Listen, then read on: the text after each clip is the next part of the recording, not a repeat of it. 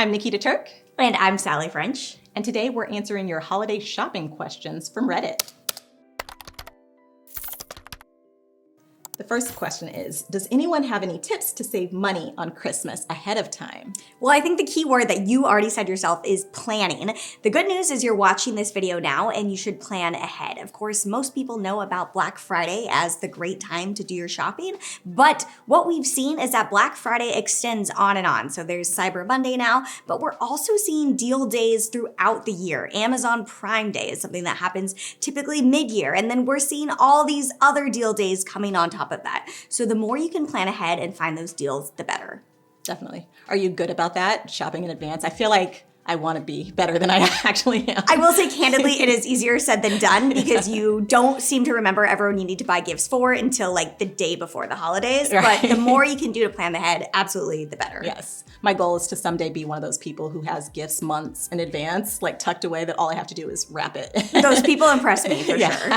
If you want to maximize your savings this holiday shopping season and minimize the impact to your wallet, taking advantage of credit card rewards windows throughout the year and stashing the gifts away for the holiday season is a great start. You can also combine savings by leveraging the rewards windows that coincide with big shopping deals, like Black Friday. All right, question 2. Is there a best time to buy holiday gifts? Yeah, so, sort of like what we said, is look for all those deal days. But beyond that, there are other ways that you can have a best time to buy holiday gifts. And that's if you can align it with other sorts of spending you're doing. So what I'm thinking about is things like any sort of credit card application. And what we see is during the holidays, people also want to travel. And they're looking for ways to take advantage of credit card sign-up bonuses so they can get those points and miles needed to travel. So if you can align your spending around the times that you're actually trying to apply for those credit cards so you can meet those credit card sign-up bonuses, that's also a really smart idea.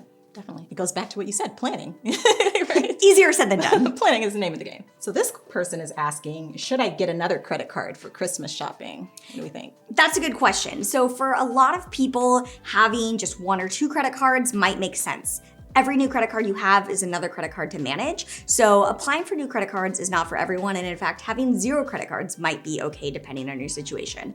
But if you're someone who is prepared to manage a new credit card and you have good to excellent credit, holiday times can be a good reason to do that. And that's for a few reasons. We just talked about applying for new credit cards to take advantage of introductory offers so you can get a huge windfall of points and miles in one go. These introductory offers typically require you to do a lot of spending in a short period of time, but for a lot of people, the holiday time is when they are doing a lot of spending, which just aligns well with that application. Last year, the average holiday spending per person in the US was $932. Shopping with a credit card could be a great way to earn rewards for your spending, as well as to take advantage of other benefits, like having a little extra time to pay off purchases, not needing to carry cash, or being able to better track your spending. Another thing you might want to take advantage of is applying for a credit card with a 0% APR offer. Now, this can be helpful if you want that cash cushion. If you have a plan to pay off your credit card bill, but you know you're doing a lot of holiday gift spending and you just want to make sure that you have cash on hand in case of an emergency, like your car breaks down, having a credit card with a 0% APR offer can be a really good cash cushion. Definitely. I think at holiday time too, there's a lot of opportunity to take advantage of some like store cards. Do you think that makes sense? Like if you're buying something really pricey to try a store card? Store cards are interesting. Now, if you are frequently shopping at that store, and there are some stores where people really do shop at all the time. I'm thinking of the big box stores like Amazon or Target, or even a smaller store. If you really honestly shop there all the time, we'll see offers, especially during the holiday season, where you can get extra coupons or discounts when you apply for that card.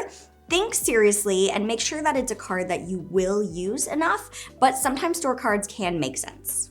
Just like any other time of year, credit should be used responsibly around the holidays. If gifts, travel, holiday dinners, and other obligations mean you aren't going to be able to pay off your balance in time to avoid accruing interest, it may be best to plan a different gift-giving approach this year.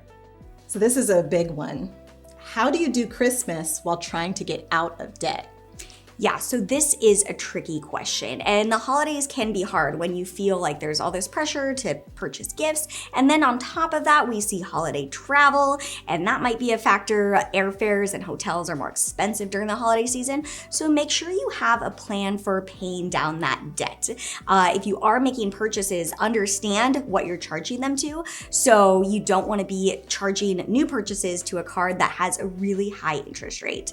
I think realistically, the holiday season, people feel pressured to give gifts, right? But you don't have to break the bank to do that. Yes, and that's one of the hardest parts, is feeling like this pressure, like you have to keep up, like you have to travel and you have to give gifts. So if you are going to give gifts, do that planning ahead. See if you can buy those gifts early when they're on sale, take advantage of those Black Friday sales, or have that conversation with the people you're exchanging gifts with of, are you really going to exchange gifts, or can you exchange homemade gifts or food or something like that? And then as far as travel, even have that conversation of, do we really need to travel during the actual holiday? In fact, my family, we travel and meet each other in January to avoid the crowds and save money. It's so much better to celebrate Christmas in January. Definitely.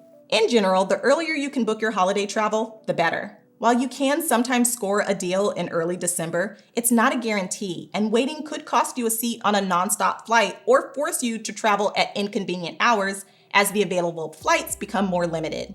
Consider using platforms like Google Flights or other fare calendars to help you determine when you may be able to snag the best deal. This person just says, straight up, any advice for traveling during the holidays? Yes, well, my biggest piece of advice is to be prepared for huge crowds. The holiday season is unsurprisingly one of the busiest times to travel. In fact, in 2019, the Sunday after Thanksgiving was the single busiest travel day of the entire year, and it's commonly a really busy travel day. So one of my best pieces of advice is to be flexible and see if you can adjust your schedule. Especially for Thanksgiving, we see most travelers are flying out on Wednesday and flying home on Sunday. So can you be flexible? Maybe you fly out a little earlier on Monday or the Sunday before Thanksgiving, especially if you can work remotely and just do some work at maybe grandma's house. That can be a really smart way to avoid the crowds. And actually, one of the best days to fly is on Thanksgiving Day itself. So many people are not traveling that day, and my really number one piece of advice is to take the earliest flight out on Thanksgiving. Flights in the morning are less likely to be canceled than flights in the evening. So if you take out that morning flight, then you'll get to your destination in time for Thanksgiving dinner. Got to get there by turkey time. Yes, right? Absolutely. What about Christmas travel? Well, unsurprisingly, the same exact logic applies during Christmas time. If you can fly on Christmas Day itself, that's typically a good day to fly to avoid those crowds.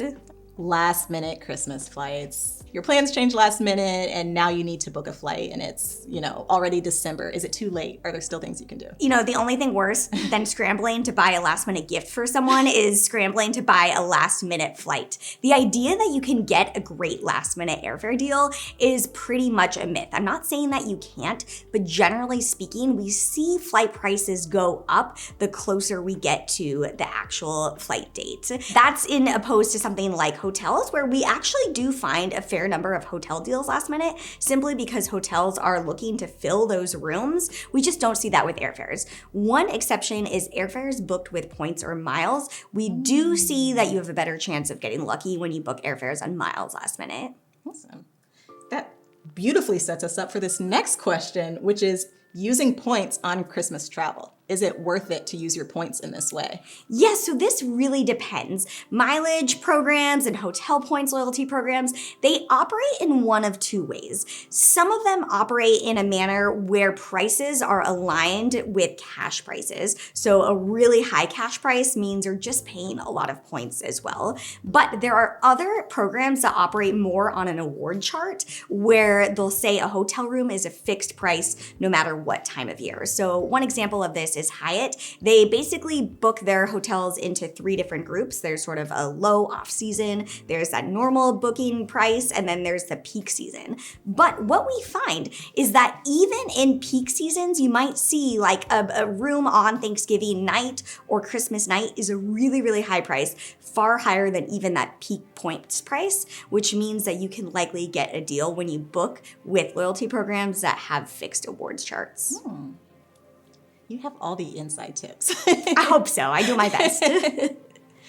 So if there's one additional thing for people to take away when they're thinking about holiday travel or holiday shopping, what would that thing be? I only get one? You only get one. I only get one. Well, I will say my number one best tip is just to be flexible. And I feel like this is sort of a cheater answer because flexibility applies to so many different things. Sure. Be flexible in terms of what day you fly out. And there are tools like Google Flights that will show you a calendar view, and you can actually see that a flight departing on Wednesday from the same destination might be $100 cheaper than the flight departing on Thursday. Now you multiply that with your whole family, and that can be hundreds of dollars in savings. But also be flexible in terms of what airport you're flying into, being accountable for weather delays, especially during the holiday season. We see that flights get delayed simply because of a storm coming in. So the more you can be flexible to handle those situations, the better. Definitely. Sally French, y'all. We Dropping did it. knowledge. Sally, thanks again for hanging out with me. Thank you, and happy holidays. Happy holidays. Thanks so much for joining us here on Control Finance. If you want to learn more tips on how to save this holiday season, be sure to check out Elizabeth and Tommy's recent episode on how to maximize those upcoming holiday sales. Also, make sure you check out our other Reddit episodes right here on our YouTube channel. I'll see you there. Bye.